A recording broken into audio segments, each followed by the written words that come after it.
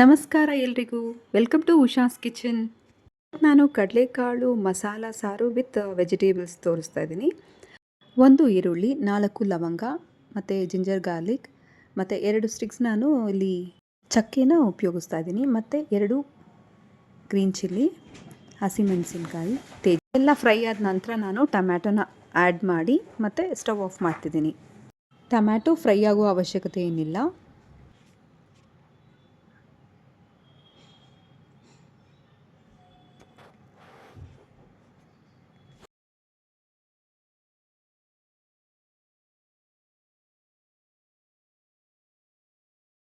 ನಾನಿಲ್ಲಿ ಆಲೂಗಡ್ಡೆ ಮತ್ತು ಡ್ರಮ್ ಸ್ಟಿಕ್ ನುಗ್ಗೆಕಾಯಿನ ತೊಗೊಂಡಿದ್ದೀನಿ. 1/4 ಭಾಗದಷ್ಟು ತೆಂಗಿನಕಾಯಿ, ಕಡಲೆಪಪ್ಪು, ಗಸಗಸೆ 1 ಸ್ಪೂನ್ ಎಲ್ಲ ಹಾಕಿ ಗ್ರೈಂಡ್ ಮಾಡ್ಕೋಬೇಕು. ಈಗ ಕೊತ್ತಂಬರಿ ಸೊಪ್ಪು, ಪುದೀನ,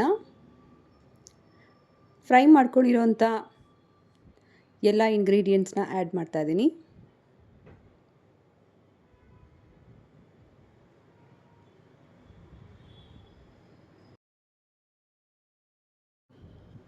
ಈಗ ಸ್ಟವ್ ಆನ್ ಮಾಡಿ ಕುಕ್ಕರ್ ಇಟ್ಟಿದ್ದೀನಿ.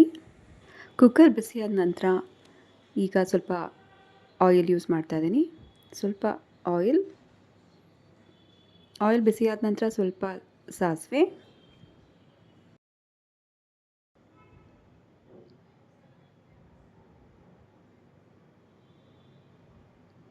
ಕರಿಬೇವು,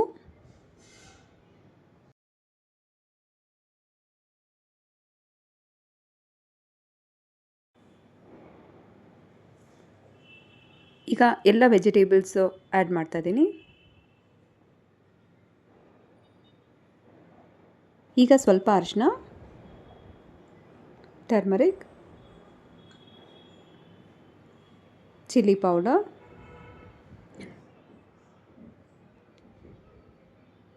ಧನಿಯಾ ಪುಡಿ. ಈಗ ಚೆನ್ನಾಗಿ ಒಂದು ಮಿಕ್ಸ್ ಮಾಡಬೇಕು.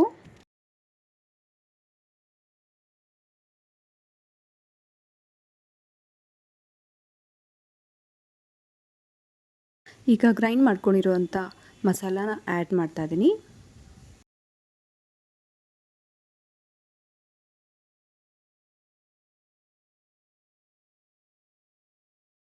ಮಿಕ್ಸಿ ಜಾರ್ಗೆ ಸ್ವಲ್ಪ ನೀರು ಆ್ಯಡ್ ಮಾಡಿ ಮತ್ತು ಅಲ್ಲಿರೋವಂಥ ಮಸಾಲಾನು ಆ್ಯಡ್ ಮಾಡ್ತಾಯಿದ್ದೀನಿ.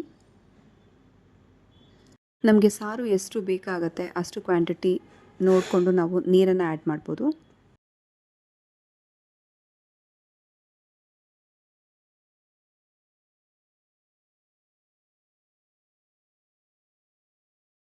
ಈಗ ರುಚಿಗೆ ತಕ್ಕಷ್ಟು ಉಪ್ಪು,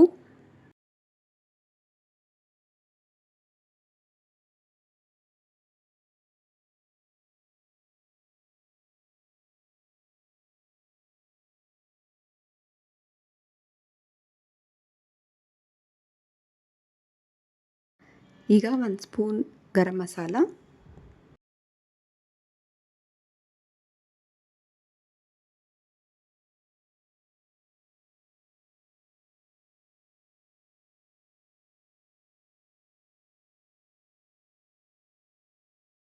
ಉಪ್ಪು ಖಾರ ಎಲ್ಲ ಸರಿ ಇದೆಯಾ ಅಂತ ಒಂದು ಮಿಕ್ಸ್ ಮಾಡಿ ಸ್ವಲ್ಪ ಟೇಸ್ಟ್ ನೋಡಬೇಕು.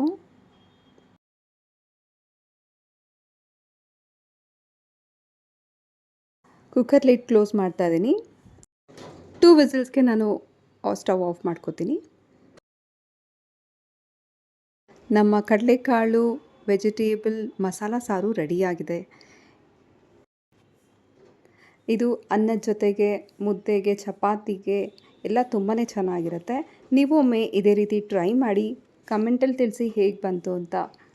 ಇನ್ನೂ ಸಬ್ಸ್ಕ್ರೈಬ್ ಆಗಿಲ್ಲ ಅಂದರೆ ಸಬ್ಸ್ಕ್ರೈಬ್ ಮಾಡಿ ಉಷಾಸ್ ಕಿಚನ್ಗೆ ಅಂತ ಹೇಳ್ತಾ thank you so much for watching. ನಮಸ್ತೆ.